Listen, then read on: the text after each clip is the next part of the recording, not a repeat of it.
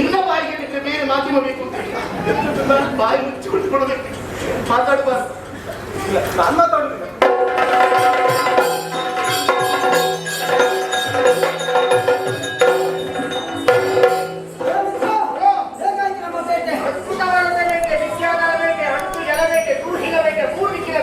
ಮೂರು ದಿಕ್ಕಿನ ಬೇಕಾಯಿತು. ಹಾಗೆ ಉಳಿದ ದಿಕ್ಕೆ ಅವುಗಳ ಬರವರ ಇರುವ ದಿಕ್ಕೆ, ಅದಕ್ಕಾಗಿ ಅದನ್ನು ಇಟ್ಟಿದ್ದೇವೆ. ಆದ್ರೆ ಆ ಮೇಲೆ ಒಣಗಿ ಹರಮಾಡಿದ್ದೇವೆ, ತಂಗಾಳಿಗೆ ತಮ್ಮನ್ನು ಮುಟ್ಟಿದ್ದೇವೆ. ಒಂದಿಷ್ಟ ಆಯಾಸ ಪರಿಹಾರ ಆಗಿದೆ. ಅದೇ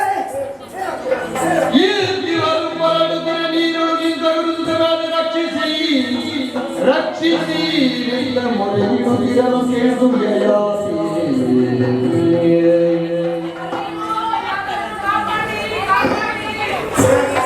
ಏನಾಗಿತ್ರ ಈ ಕಾಲದಲ್ಲಿ ಇಷ್ಟೊತ್ತಿಗೆ ಭಯಂಕರವಾದ ಗೊಂಡಾರಣ್ಯ ಯಾವುದೋ ಮೋಹಿ ಸಂಚಾರ ಇರಬೇಕು.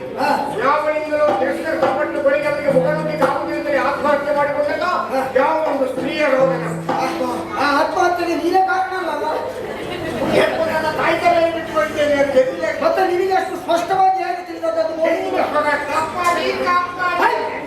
ಸತ್ತವರದೊಂದಲ್ಲ, ಯಾರೋ ಸಂಕಷ್ಟದಲ್ಲಿ ಸಿಕ್ಕಿದ್ದಾರೆ. ಹೌದಪ್ಪ, ಸಂಕಷ್ಟ ಅಲ್ವಾ? ಸಂಕಷ್ಟದಲ್ಲಿ ಯಾರೋ ಬಾಯಿಗೆ ಬಿದ್ದಿದ್ದಾರ. ಏನು ಮಾಡುದೇನು? ಏನು ಕತೆ ಬೇಡ, ನಾವು ಬರ್ತಾ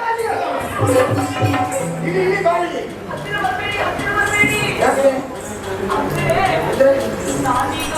ನೀನೀಗ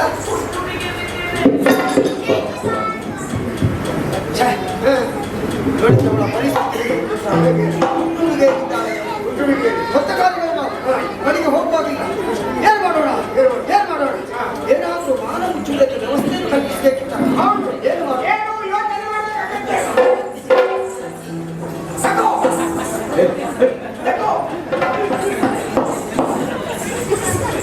ನಿನಗೆ ಹುಚ್ಚು ಪ್ರಾರಂಭವಾಗಿ ಎಷ್ಟು ದಿವಸ ಆಯ್ತು? ಅವನು ಹುಟ್ಟುಡುಗೆಯಲ್ಲಿದ್ದೇನೆ ಅಂತ ಹೇಳ್ತಾ ಇದ್ದಾನೆ. ನೀನು ಇದನ್ನು ಯಾವ ಕಲ್ಪನೆಯಿಂದ ಬರ್ತಾ ಇದ್ದೀನಿ? ಕಲ್ಪನೆ ಯಾವುದಾದ್ರೂ ಕೊಡುವ ಮನೋರಮ ಉಂಟಲ್ಲ, ಯಾವ ಭಾವನ ಬೇಕು ಇಲ್ಲ, ಅದೆಲ್ಲ ಆಗಿದ್ದಲ್ಲ. ನಮ್ಮ ಕಲಾವಿದರು ಅವರ ಮಾನವನ್ನು ಮುಚ್ಚುವುದಕ್ಕೆ ವ್ಯವಸ್ಥೆ ಮಾತನಾಡುತ್ತಾರೆ.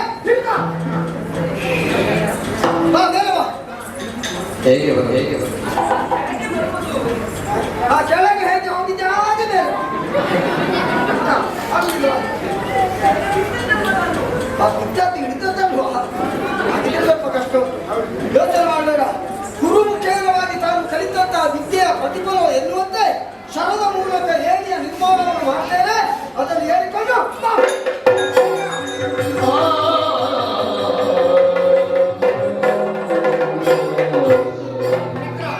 ಬಟ್ಟೆ ಕೊಟ್ಟವ ನೀನು, ಮೇಲೆ ಬರಲಿಕ್ಕೆ ನೀನು, ಬರಿಸಿದವ ನೀನು, ಇನ್ನಿಬ್ಬರ ಬಗ್ಗೆ ನಾನು ಯಾಕೆ ಇರುವುದು? ಈ ಸತ್ಯ ಇಷ್ಟು ಹೊತ್ತಾದಾಗಲೂ ನಿನಗೆ ಗೊತ್ತಾಯ್ತಲ್ಲ, ಅದನ್ನು ಪುಣ್ಯ. ಗೊತ್ತಾದ ಮೇಲೂ ನಾನು ನಿಲ್ಲುವುದಿಲ್ಲ. ದೇವರನ್ನು ಹೋಗ್ಬೇಕು. ದೊಡ್ಡ ಪೀಡೆ ತೊಲಗಿ ಅಲ್ಲೇ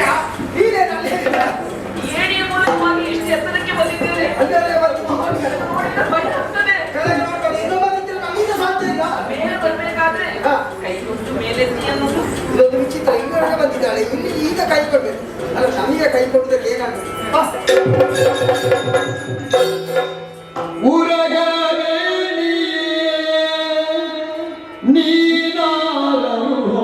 ಗಂಧರ್ವನೋ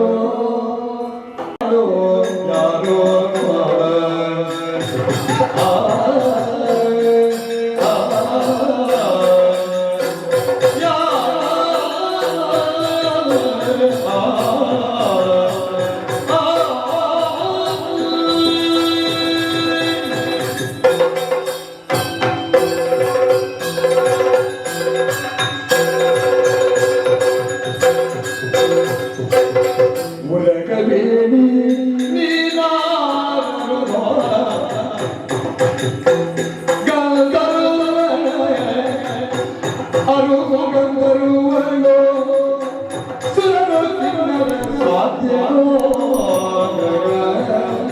ಸುರವ ತಿನ್ನದ ಸಾಧ್ಯವೋ ತೊಲಗಿ ಹೋಗಿದ ತವಣೆಯು ಕೂಪದುಳು ತೊಲಗಿ ಹೋಗಿದ ತವಣೆಯು ಕೂಪದುಳು ಇರುವ ಕಾರಣಗಳೇನೋ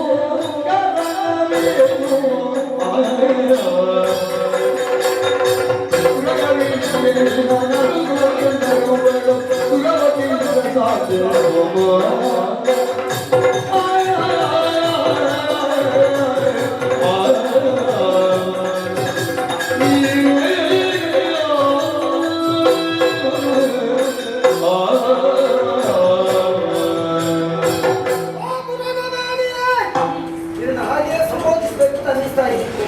ವಿಚಿತ್ರ, ನಿನ್ನನ್ನು ಕಾಣುವಾಗ ಮನದಲ್ಲಿ ಏನೋ ಒಂದು ರೀತಿಯ ಗೊಂದಲ. ಯಾವ ಲೋಕದವಳು ನೀನು? ಗಂಧರ್ವ ಲೋಕದವಳು ಅಲ್ಲ, ಮೃಗ ಲೋಕದವಳು ಅಲ್ಲ, ಸುರನ ಕಿನ್ನೂರರು ಕಿಂಪುರುಷರು ಯಾರ ವರ್ಗಕ್ಕೆ ಸೇರಿದವಳು ಎನ್ನುವುದನ್ನು ತಿಳಿದಾಗಿದ್ದೇನೆ. ರೂಪ ಲಾವಣ್ಯ ತುಂಬಿ ತುಳುಕುತ್ತಾ ಇದೆ. ಆದ್ರೆ ಯಾಕೆ ನಿನಗಿಂತಹ ಭಾವನೆ ಬಂತು? ನೀರಾಗಿ ಹಾರಿದ್ದ ಅಲ್ಲ, ಕಾಲು ಜಾರಿ ಬಿದ್ದದ್ದ ಅಲ್ಲ, ನಿನ್ನನ್ನು ಯಾರಾದರೂ ತಳ್ಳಿದ್ದ? ಯಾರು ನೀನು? ನಿನ್ನ ಹೆಸರೇನು? ನನಗೆ ಯಾರು ಗೊತ್ತಾಗಿಲ್ಲ. ವರ್ತಮಾನ ಕಾಲದಲ್ಲಿ ಪ್ರತಿಷ್ಠಾನ ನಗರಿ ನಾಡುವಂತಹ ಯಯಾತಿ ಭೂಪತಿಗ ಬೇಟೆಗಾಗಿ ಬಂದವನಾದರು. ನಾನು ಕೇಳಿದ್ದೆ, ಈಗ ನಿನ್ನ ಪರಿಚಯ ಬೇಕು.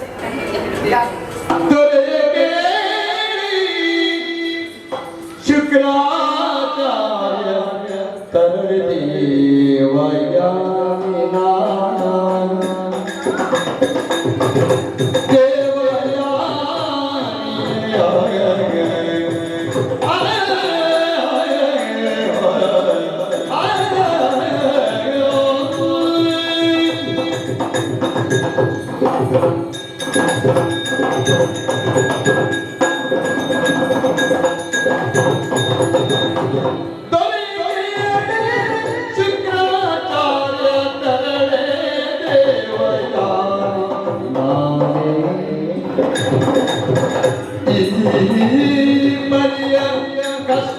ಕಷ್ಟಕ್ಕೊಳಗಾಗಿ ಒರೆ ನಾಚಿಕೆಗಳ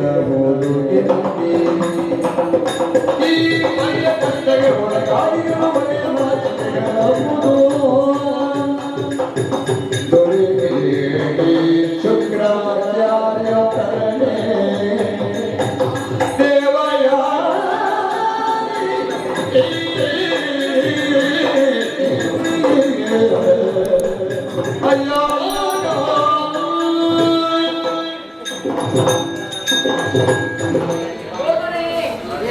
ನನ್ನ ಪರಿಚಯವನ್ನು ಸವಿಸ್ತಾರವಾಗಿ ತಿಳಿಸುತ್ತೇನೆ ನಿಮಗೆ. ಖಂಡಿತ. ಅಸುರರಿಗೆಲ್ಲ ಗುರುಗಳಾದಂತಹ ಶುಕ್ರಾಚಾರ್ಯರ ವಿಷಯ ನೀವು ತಿಳಿದಿರಬಹುದು. ಏನು? ಅನ್ಯರಲ್ಲ ಅವರು, ಮತ್ತೆ ನನ್ನಪ್ಪ. ಅವರ ಮಗಳು ದೇವಯಾನಿ ಎನ್ನುವುದಾಗಿ ನನ್ನ ಹೆಸರು. ವೃಷಭರ್ಮನ ಮಗಳಾದಂತಹ ಶರ್ಮಿಷ್ಠೆಯ ಜೊತೆ ಸಖಿವೃಂದವನ್ನೆಲ್ಲ ಕೂಡಿಕೊಂಡು ವನವಿಹಾರ ಜನಪ್ರಿಯಗಾಗಿ ಬಂದವರು. ಏನು ನನ್ನ ಸೀರೆಯನ್ನು ಅವಳು ಉಟ್ಟು ಆ ಸೀರೆಯ ಪ್ರಕರಣದಿಂದ ಕೋಪಗೊಂಡಂತ ಅವಳು ನನ್ನ ಕೈ ಹಿಡಿದು ಅವಳು ನಿನ್ನನ್ನು ತಳ್ಳುವಾಗ ನೀನು ಅವಳನ್ನು ಗಟ್ಟಿ ಇಟ್ಕೊಳ್ಬೇಕಿತ್ತು. ನಿನ್ನ ಜೊತೆಗೆ ಅವಳು ಬಿಡಿಸಿದ್ದ. ಅಷ್ಟೊತ್ತಿಗೆ ನೆನಪಾಗಿಲ್ಲ ನನಗೆ. ನೆನಪಾಗು ಗೊತ್ತಾಯ್ತು. ಅಲ್ಲೇ ಬಿಟ್ಟು ಸಾಹಿತ್ಯ ನಾನು ನನ್ನನ್ನು ರಕ್ಷಿಸಿದವರು ಅಪ್ಪರು ತಾವು. ಸರಿ, ಅಂದ್ರೆ ಅಂದ್ರೆ ಒಂದು ಹೆಣ್ಣು ಮಗುವಿಗೆ ಬಾಲ್ಯದಲ್ಲಿ ಅವಳಿಗೆ ವಸ್ತ್ರಾಲಂಕಾರವನ್ನು ಮಾಡಿ ಕೊಡಿಸುವುದು ಯಾರು? ತಂದೆ ತಾಯಿ. ಹೌದಾ? ಹಾಗೆ ಮುಪ್ಪಿನಲ್ಲಿ ಮಕ್ಕಳು ಕೊಡಿಸಿದ್ರು, ಯೌವನದಲ್ಲಿ ಗಂಡ ಕೊಡಿಸಿ. ಹೌದಾ? ನನ್ನ ಮಾನ ಮುಚ್ಚುವುದಕ್ಕೆ ಕೊಟ್ಟವರು ತಾವು ವಸನವನ್ನು. ಹೌದು. ಮತ್ತೆ ನನ್ನ ಕೈ ಹಿಡಿದು ಮೇಲೆತ್ತಿದವರು ತಾವು. ಕಾಯೇನ ವಾಚ ಮನಸ. ನಾವೊಂದು ಭಾಷೆಯನ್ನು ಕೊಡುವಾಗ ಕೈ ಕೊಟ್ಟಿ ಭಾಷೆಯನ್ನು ಕೊಡ್ತೇವೆ, ಅಗ್ನಿ ಸಾಕ್ಷಿಯಾಗಿ. ಆ ತರದಲ್ಲೂ ತಾವು ಮೇಲೆತ್ತಿದವರು. ಈ ಎಲ್ಲಾ ಅರ್ಥದಲ್ಲಿ ನನ್ನ ಭಾವ ಏನೆನ್ನುವುದಂದ್ರೆ, ಮುಂದೆ ನನ್ನ ಕೈ ಹಿಡಿದು ಧರಿಸಬೇಕು ತಾವು. ಇದಕ್ಕೆ ಹೇಳುದು ಯಾರಿಗೂ ಉಪಕಾರ ಮಾಡಬಾರದು.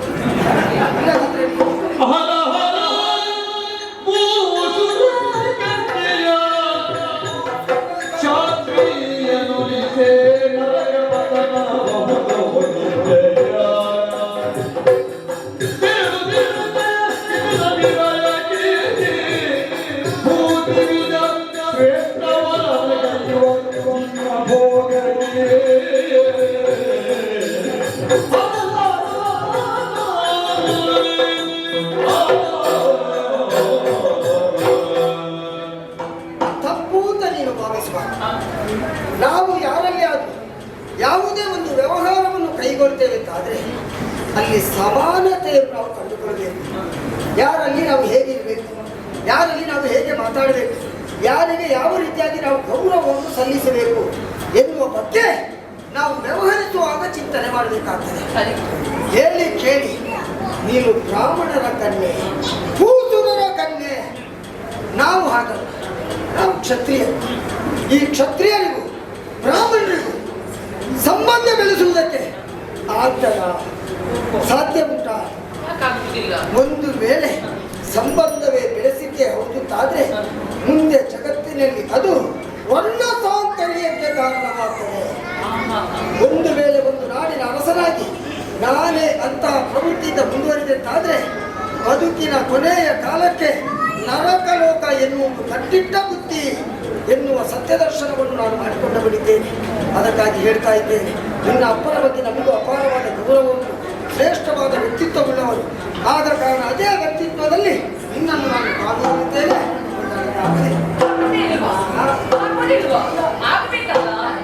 ಯಾರು ಹಿಡಿಯದಿದ್ದ ಕರವನು ನೀ ಪಿಡಿದಿದ್ದೆಯಲ್ಲ, ದಾರಿ ಪಾಲಕನೇ ನಿನ್ನನು ಎನ್ನ ಕೈ ಪಿಡಿಯಲ್ಲ.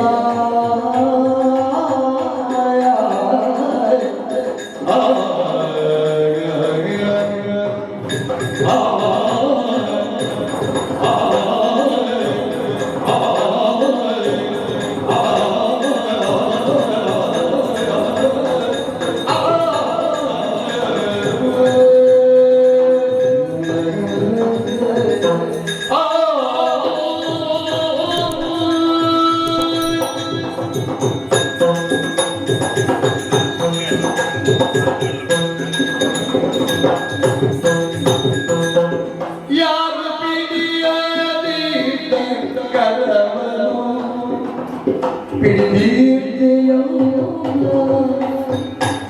ಪಿಡಿದಿದ್ದೆಯಲ್ಲ, ದಾರಿ ಪಾಲಕನೇ ನಿನ್ನನು.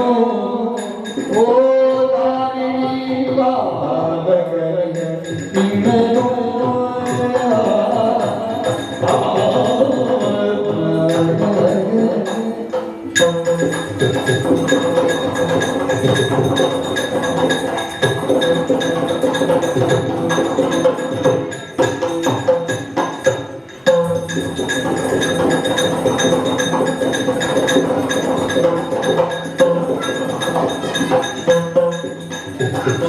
ದೂರಗೈದು ಪರಾಮರಿಸಲು ನಿನ್ನ ದೂರಗೈದು ಪರಾಮರಿಸಲು ಸರಿಯಲ್ಲ.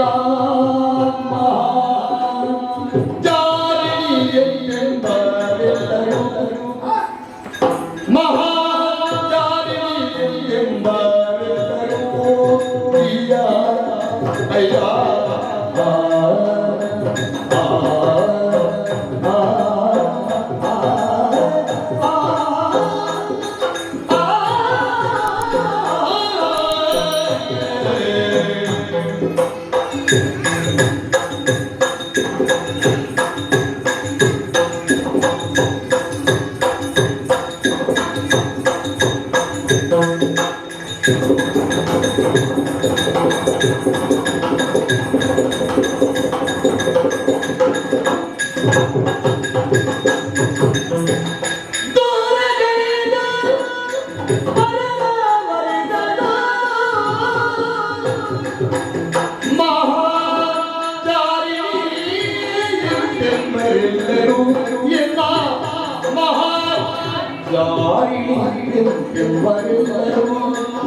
ಎನ್ನ ಕರವ ಪ್ರಿಯಲ್ಲ, ದಾರಿಣಿ ಪಾಲ ಅರಸ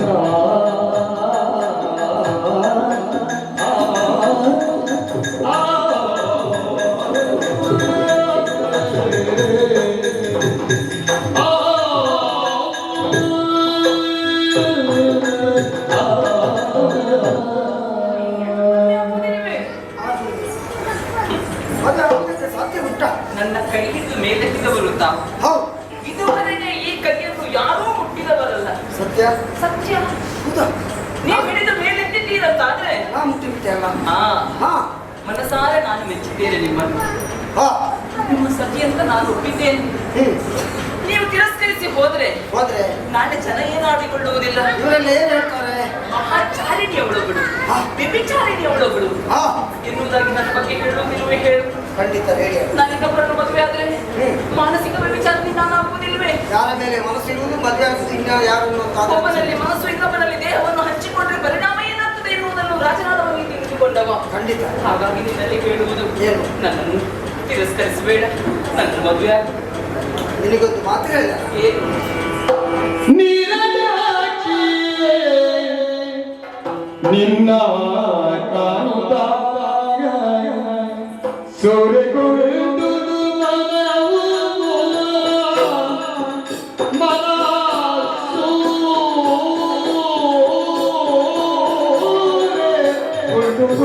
ಇದ್ದವೋ ನೀರೇ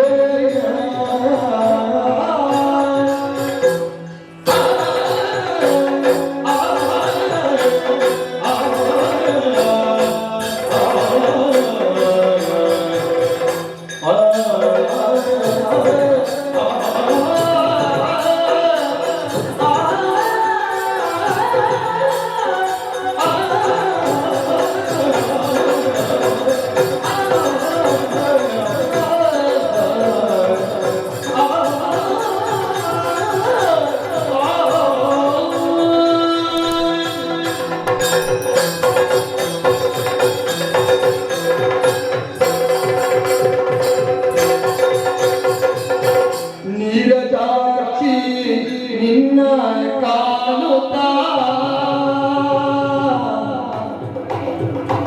ಸೂರ್ಯಗೊಳ್ಳುವುದು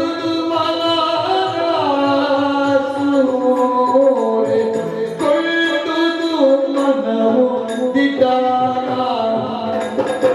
ಸೂರ್ಯಗೊಳ್ಳುವುದು ಮನವು ದಿಟ್ಟಾಗ ಇನ್ಯಾರನೋ ನಾನಿರುವುದು ಕಂಡವನಲ್ಲ ನಿನ್ನೊಳಿರೋ ಇನ್ಯಾರನೋ ಕಂಡವನು ಅಲ್ಲ ನಿನ್ನ ನುಳಿದು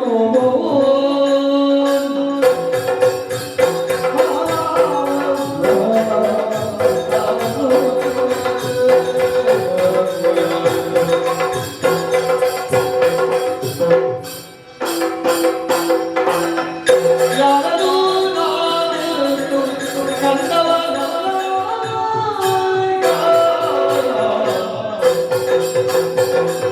ದಾರಿ ಪನಿಯಾಗಿ ಜನರ ಆಚಾರಗಳ ನೀಡುವುದೇ ದಾರಿ ಪನಿಯಾಗಿ ಜನರ ಆಚಾರಗಳ ನೀಡುವುದೇ ಶುಕ್ರಾಚಾರ್ಯರ ಕೇಳಿದರೆ ಧನ್ಯನು ಮತ್ತೆ ಭಯವಿಲ್ಲ ಶುಕ್ರಾಚಾರ್ಯರು ಕೇಳಿದರೆ ಧನ್ಯನು ಮತ್ತೆ ಭಯವಿಲ್ಲ ನಿನಗೆ ಮತ್ತೆ ಭಯವಿಲ್ಲ ಮತ್ತೆ ಭಯವಿಲ್ಲ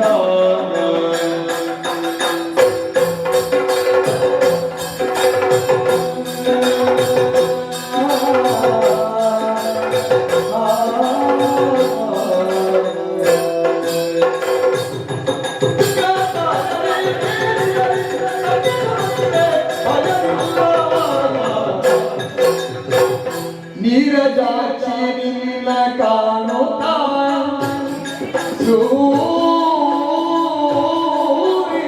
ಕೊಟ್ಟು ನನ್ನ ಬೋಧಿಸಿದ ಇನ್ಯಾರೋ ನುಡಿದು ನೀನೇ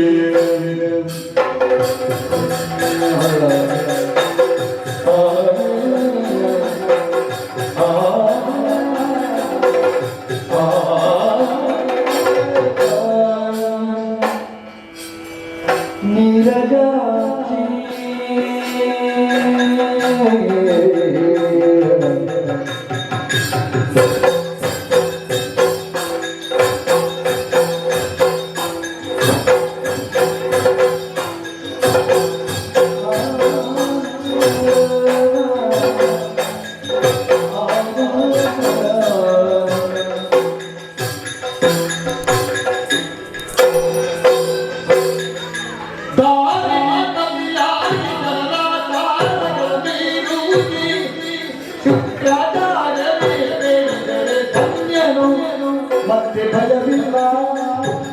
ಮತ್ತೆ ಭಯವಿಲ್ಲ.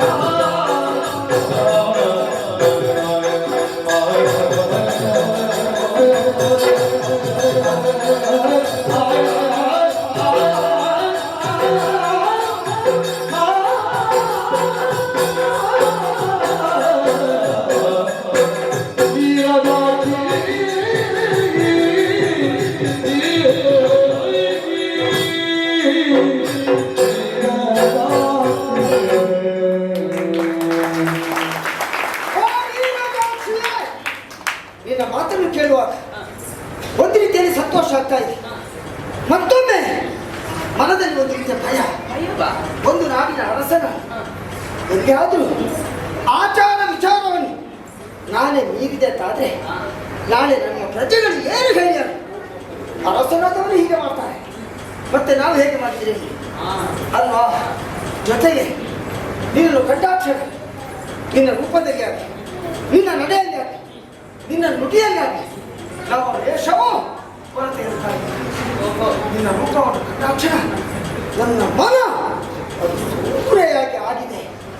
ಜೊತೆಗೊಂದು ಮಾತು ಹೇಳಿದೆ, ಅಲ್ಲಿ ಮತ್ತೆ ಯಾಕೆ ಒಪ್ಪುವುದಿಲ್ಲ ನೀವು? ಇದು ಆಗ್ತದ?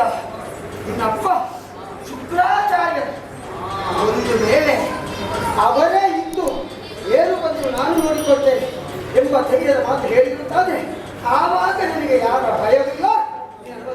ರಾಜನಾಗಿ ನೀವು ಧರ್ಮ ಅಧರ್ಮದ ಬಗ್ಗೆ ಯೋಚನೆ ಮಾಡಿದ್ರೆ ನಿಮ್ಮ ತಪ್ಪಲ್ಲ ಅದು. ಹಾ ಅಂದ್ರೆ ನೀತಿ ನಮ್ಮಪ್ಪ ಹಾ ಬರೆಯುವುದೇ ನಮ್ಮಪ್ಪ, ಬಂದು ಇನ್ನೊಬ್ಬ ನಮ್ಮಪ್ಪನೇ. ನಮಗೆ ಬೇಕಾದಾಗೆ ಬರೆಸಿಕೊಂಡ್ರೆ ಆಯ್ತಪ್ಪ ನಮ್ಮಪ್ಪನಲ್ಲಿ ಹೇಳಿ. ವಿಷಯ ಹೌದು, ಯಾರ್ಯಾರಿಗೆ ಹೇಗೆ ಬೇಕೋ ಹಾಗೆ ಬರಲಿ ಅಲ್ವಾ? ಹಾಗಿದ್ರೆ ಯಾರು ಕೇಳಲಿಕ್ಕಿಲ್ಲ. ನಮ್ಮ ಅಪ್ಪ ಒಪ್ಪಿದ ನೀವು ಆಗ್ತಿರಂತಾಯ್ತಲ್ಲ. ನಿಮ್ಮ ಅಪ್ಪ ಅಪ್ಪ ನಾನು ಹೇಳಿದ್ರೆ ಖಂಡಿತ ಒಪ್ತಾರೆ. ನೀ ಹೇಳಿದಾಗೆ ಅಪ್ಪ ಬರಲಿಲ್ಲ, ನಿಮಗೆ ಬೇಕಾದ ನನಗೆ ಏನು ಬೇಕು ಹಾಗೆ. ಹೌದಾ? ಹಾಗಿದ್ರೆ ಒಂದು ಈಗ ಈ ಪ್ರಕರಣದಲ್ಲಿ ಹಾಗೆ ನಿನ್ನ ಅಪ್ಪನಲ್ಲಿ ಹೇಳಿ ನಿನಗೆ ಬೇಕಾದ ಹಾಗೆ ನೀನು ಬಳಸಿದ್ದೆ ಹೌದು ತಾನೆ?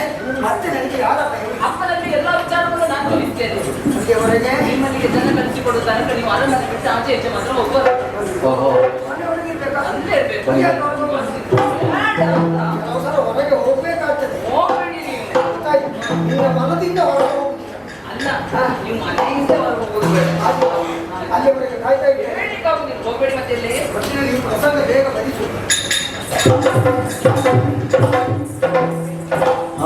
ನನ್ನ ಜೀವನಕ್ಕೆ ಏನ್ ವ್ಯವಸ್ಥೆ ಆಗ್ಬೇಕು ಅದಾಯ್ತು. ಹೌದು. ನನಗೆ ಅವಸ್ಥೆ ಕೊಟ್ಟವರಿಗೆ ಒಂದು ವ್ಯವಸ್ಥೆ ಆಗ್ಬೇಕಲ್ಲ. ಹೌದು. ಎಲ್ಲಿಗೆ ಹೋಗುವುದು? ಹೋಗುವುದಲ್ಲ, ಅವರೇ ಇಲ್ಲಿಗೆ ಬರ್ಬೇಕು. ನೋಡಿ ಏನ್ ಮಾಡ್ತೇನೆ ಅನ್ನೋದಾಗಿ ಇಲ್ಲೇ ಕುಳಿತುಕೊಳ್ತೇನೆ. ನಾನು ಹೋಗ್ತೇನೆ ಅಂತ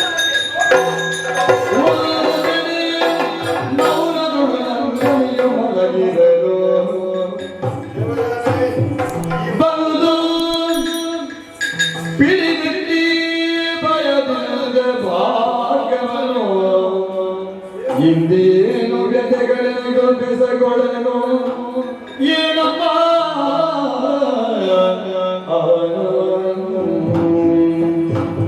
ದೇವಯಾನಿ ಅಂತ ಕರೆಯುತ್ತಾ ಬಂದೆ ನಾನು. ದೇವಿಯಾಗಿ ಸತ್ತು ತೊಡಸತ್ತು ಹೋಗಿ ಆಯ್ತು.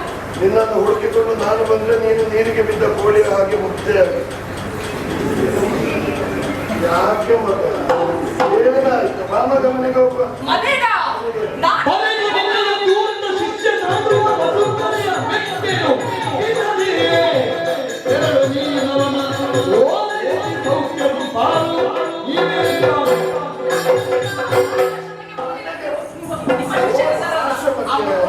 ಅವನು ಇನ್ನೊಬ್ಬ ಅವರೆಲ್ಲ ಇದ್ದಾರಲ್ಲ, ಅವ್ರ ಜೊತೆಯಲ್ಲಿ ಇರಿ ನೀವು. ನಿಮಗೆ ನಿಮ್ಮ ಶಿಷ್ಯರಿದ್ರೆ ಸಾಕಲ್ವಾ? ಹೋಗಿ, ನಾನು ಬರುದಿಲ್ಲ. ನಿಮ್ಮ ಪಾಲಿಗೆ ನಿಮ್ಮ ಮಗಳು ಸತ್ತು ಅಂತ ಭಾವಿಸಿಕೊಳ್ಳಿ.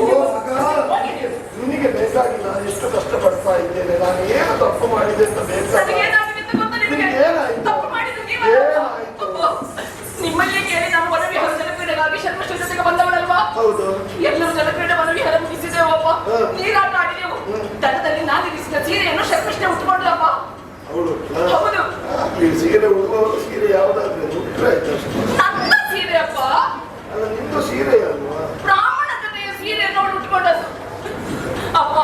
ಅದು ಉಟ್ಟವರಿಗೆ ಮಾತ್ರ ಅಲ್ವಾ ಬ್ರಾಹ್ಮಣರು ಉಟ್ರೆ ಅದು ಬ್ರಾಹ್ಮಣರ ಸೀರೆ, ಉಳಿದವರು ಉಟ್ರೆ ಅಪ್ಪ ಉಳಿದವರ ಸೀರೆ. ಆವಾಗ ನಾನು ನೋಡಿದೆ, ಹೋಗಿ ಅವಳಲ್ಲಿ ಕೇಳಿದೆ, ಕೇಳು ಕೇಳು. ಶ್ರೀಕೃಷ್ಣ ಈ ಸೀರೆ ನನ್ನದಲ್ವೇನೆ? ನೀನು ಗೊತ್ತಾಗದೆ ಹುಟ್ಟಿರ್ಬೇಕು ಅಂತ ಕೇಳಿದೆ ನಾನು. ನಾನು ಹೇಳಿದ್ದಪ್ಪ. ಕೇಳಿದ್ದೆ ಹಾ. ಈ ಸ್ವರ ನಿನ್ನದಲ್ಲಲ್ಲ ಮಗ. ಹಾ. ಏನಂತ ನಾನು ಕೊಡುದಿಲ್ಲ, ನಾನು ಕೊಡುದಿಲ್ಲ. ಏನ್ ಮಾಡ್ತೀನಿ ನೀನು? ನಾನು ಕೊಡುದಿಲ್ಲ. ಅವಳು ಅವಳು ಸ್ವರ ಅಪ್ಪ. ಕೊಡುದಿಲ್ಲ ಅಂತ ಅವಾಗ ಮತ್ತೆ ಕೇಳಿದೆ ನಾನು, ನನಗೆ ಈ ಸೀರೆ ಬೇಕೆ, ಈ ಸೀರೆ ಅಂದ್ರೆ ನನಗೆ ಪ್ರಾಣ, ಈ ಸೀರೆ ಕೊಡು ಕೊಡು ಕೊಡು ಅಂತ. ಆವಾಗ ಅಪ್ಪ ಅವಳ ಅವತಾರ ನೋಡ್ಬೇಕಿತ್ತು. ಏನೇ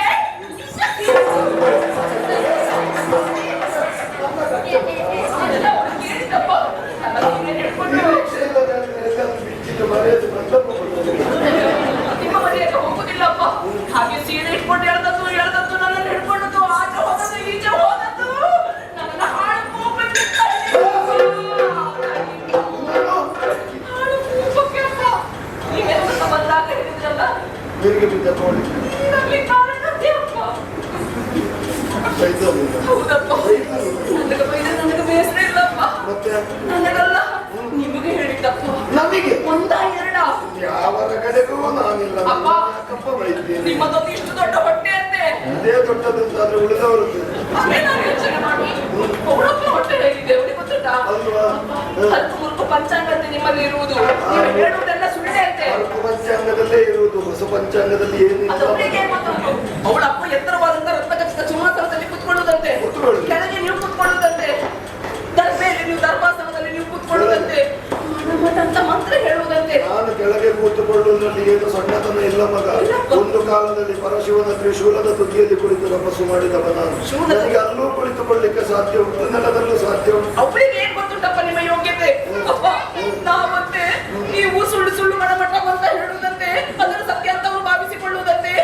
ಒಂದು ಮುಷ್ಟಿ ಅಕ್ಕಿ, ಒಂದು ಮುಷ್ಟಿ, ಹಾ, ಅದಕ್ಕೂ ಬರಗಾಲ. 4 ಆಣೆ ದಕ್ಷಿಣೆ. 4 ಆಣೆ ಹಾ. ದಕ್ಷಿಣೆ. ಹೌದು. ಒಂದು 500 ಆದ್ರೂ ಹೇಳಿ, 4 ಆಣೆ 500 ಆದ್ರೂ ಹೇಳಿದ್ರೆ ಅದರಲ್ಲಾದ್ರೂ ಒಂದು ಸಮಾಧಾನ. ನಿಮ್ಗೆ ಎಷ್ಟು ಕೊಟ್ಟರು ಸಾಕಾಗುತ್ತಿಲ್ಲಪ್ಪ. ನಾವು ಕೇಳಿಕೊಳ್ಳುವುದು ದಕ್ಷಿಣೆ ಅಂತೆ, ಅದಕ್ಕೆ ನಾವು ಸುಳ್ಳು ಸುಳ್ಳು ಮಂತ್ರವನ್ನು ಹೇಳುವುದಂತೆ, ಪಂಚಾಂಗ ಹೇಳುವುದಂತೆ. ಅಪ್ಪ, ಬದನೆಕಾಯಿ ಜುಟ್ಟಿನ ಹಾಗೆ ಅಂತೆ, ನಿಮ್ಮ ಸುಳ್ಳಿನ ಹಾಗೆ ಜುಟ್ಟಂತೆ ನಿಮ್ಮದು. ಹೌದಪ್ಪ, ಇದೆಲ್ಲ ನಿಮಗೆ ಪಚಾಯಿಸಿದ್ದವಳು, ಅವಳು ಹೇಳಿದ್ದು ಸರಿಯಪ್ಪ. ಇದು ಮಗ, ನನಗಿದೆಲ್ಲ ಕೇಳಿ ಕೇಳಿ ಅಭ್ಯಾಸ ಆಗಿದೆ. ಅದನ್ನೆಲ್ಲ ದೊಡ್ಡ ವಿಷಯ ಮಾಡುವುದಲ್ಲ. ನಾನು ಅವರನ್ನು ಕರೆದು ಕೇಳ್ತೇನೆ, ಬಾ ಮನೆಗೆ ಅಪ್ಪ, ನಾನು ಬರುವುದಿಲ್ಲ, ನಾನು ಬರುವುದಿಲ್ಲ. ಬರ್ಬೇಕಿದ್ರೆ ಏನಾಗಬೇಕು? ಏನು ಆಗಬೇಕಾ? ನನಗೆ ಶಿಕ್ಷೆ ಕೊಟ್ಟಂತ ಆ ಶರ್ಮಿಷ್ಠ ಶಿಕ್ಷೆಯನ್ನು ಅನುಭವಿಸಲೇಬೇಕು. ಅಪ್ಪ, ನಾನು ಬರಬೇಕಾದ್ರೆ ಹೋಗಿ ನಿನ್ನ ಶಿಷ್ಯನಲ್ಲಿ ಹೇಳು, ಆ ಶರ್ಮಿಷ್ಠೆ ಎನ್ನುವುದು ಜೀವನ ಪರ್ಯಂತ ನನ್ನ ದಾಸಿಯಾಗಿರ್ಬೇಕು. ಅವಳು ನನಗೆ ದಾಸಿಯಾಗಿ ಬಂದ್ರೆ ನಾನು ಬರ್ತೇನೆ, ಇಲ್ಲದಿದ್ರೆ ನಿನ್ನ ಶಿಷ್ಯ ಆಳುವಂತಹ ವಸುಂಧರೆಯನ್ನು ನಾನು ಮೆಟ್ಟೆ. ಹೋಗಿ ಹೇಳಪ್ಪ. ಇಲ್ಲ ಅಂತ ಹೇಳಿದ್ರೆ ನನಗೆ ಮಗಳಿಲ್ಲ. ನೋಡು.